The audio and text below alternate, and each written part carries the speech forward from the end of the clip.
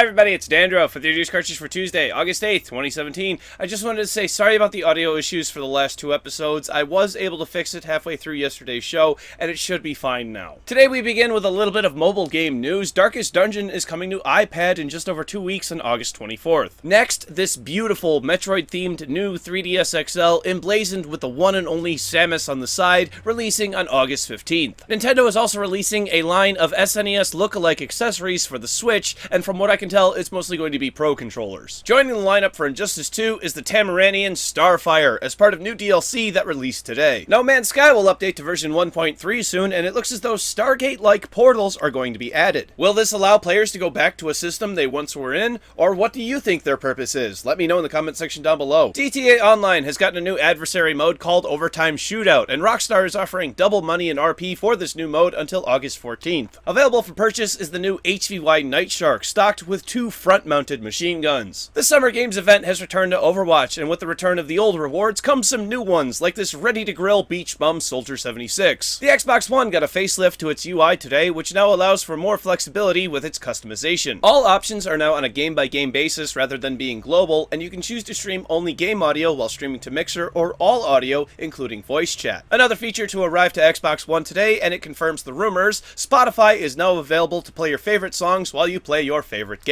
Spotify has been on PS4 now for quite some time. Lawbreakers debuted today, and right away, people are seeing some performance issues on PS4, including random frame drops or hitching and frame stuttering. Developer Boss Key Productions is aware of the issue and is currently working on a fix. The PC version is not seeing the same issue. Stay tuned to News Cartridge for more updates on Lawbreakers. Next up, the advertisers have picked a hot one and have pegged Destiny 2 as their product pusher in a series that I'm going to start calling Destiny 2 Shilling, and today's product is scented candles. What a great use of the Destiny IP, and how about you let me know some great products to attach the name to, like these Destiny 2 tampons, unscented and in a variety pack. From there we move on to a clip of the streamer Grimmmz, who you may remember from last Monday's show, who claimed to have banned people for cheating because they were stream sniping him. Here he is, actively using an exploit to still have his gun out while in water to kill a player.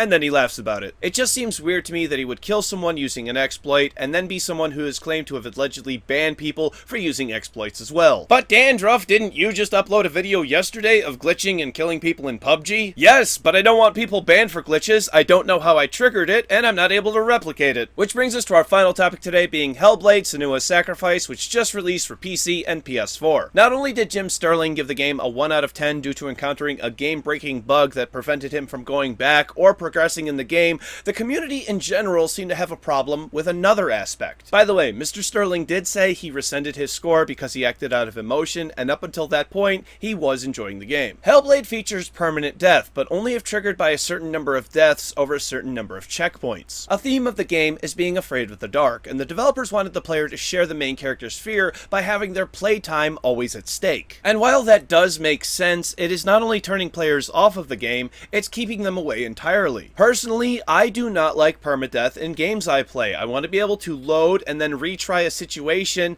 and try it different ways and not have to worry about losing my save. And I really don't like it when a character dies, like in Final Fantasy Tactics or XCOM. If you're not a fan of permadeath, then I would recommend staying away from Hellblade until the developers possibly figure out another solution, but there's nothing indicating that they're going to change their artistic vision. Like I said, they do have justification for this mechanic, and I think it makes sense. So really, it just boils down to taste. Do you not mind a game with permadeath? Let me know in the comment section down below, as well as what you would do to change the game and still give it that same sense of urgency.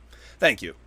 Do you have the urge to play any of these? It's tomorrow's game releases. For PC, Achievement Hunter Overdose, The Rodinia Project, Close Me, CubeLink, Victorum, Canary, Spiral Splatter, Willful, Rift Coaster HD Remastered VR, Time Lock VR, Shark Dating Simulator XL, Attack of the Goobers, downloaded Fragments of a Forgotten Soul, Cluster Infinity, Joe's Ultimate Quest, and Lost Technology. Thank you very much, everybody. This has been News Cartridge. I am Dandruff. I will see you tomorrow. And what's the difference between a comma and a cat?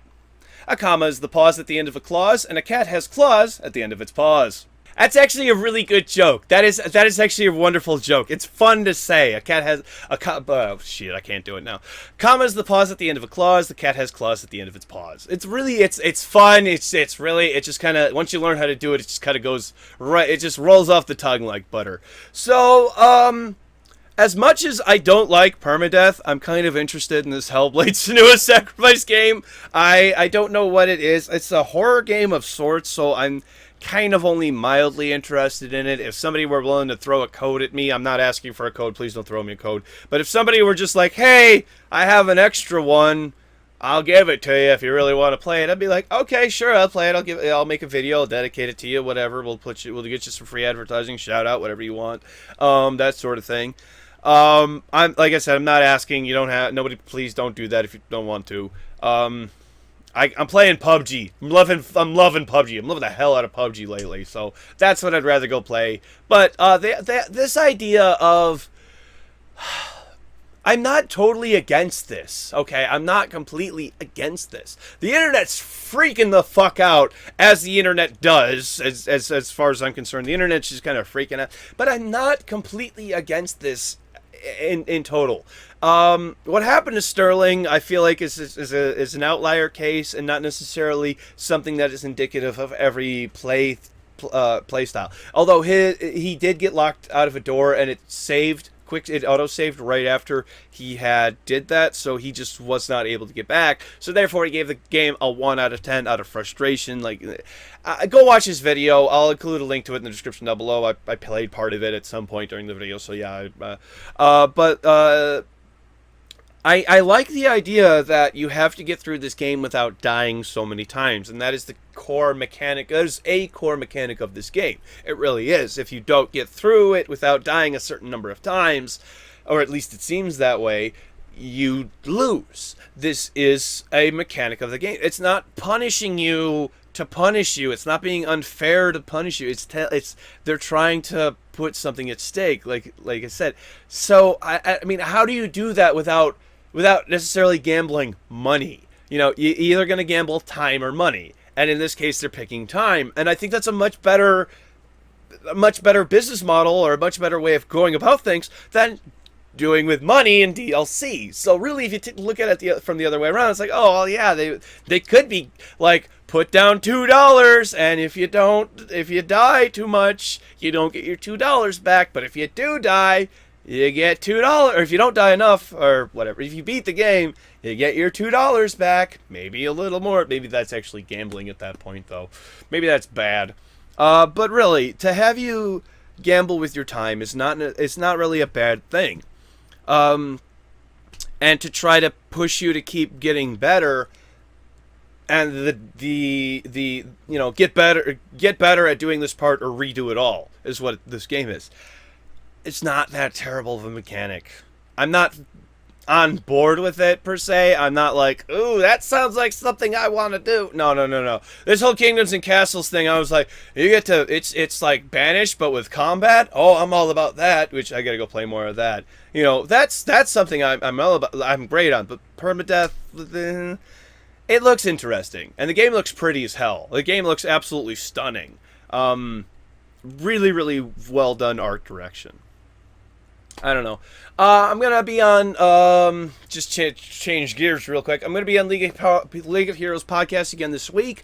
I don't know what we're going to talk about. I actually think we're going to talk about permadeath. I hope I'm going to try to push to talk about that, because I think it's an interesting topic. And we're a little lacking on topics this week. We all know about getting the FBI involved. That was fun. That's hilarious. But since then, I don't know. We'll see.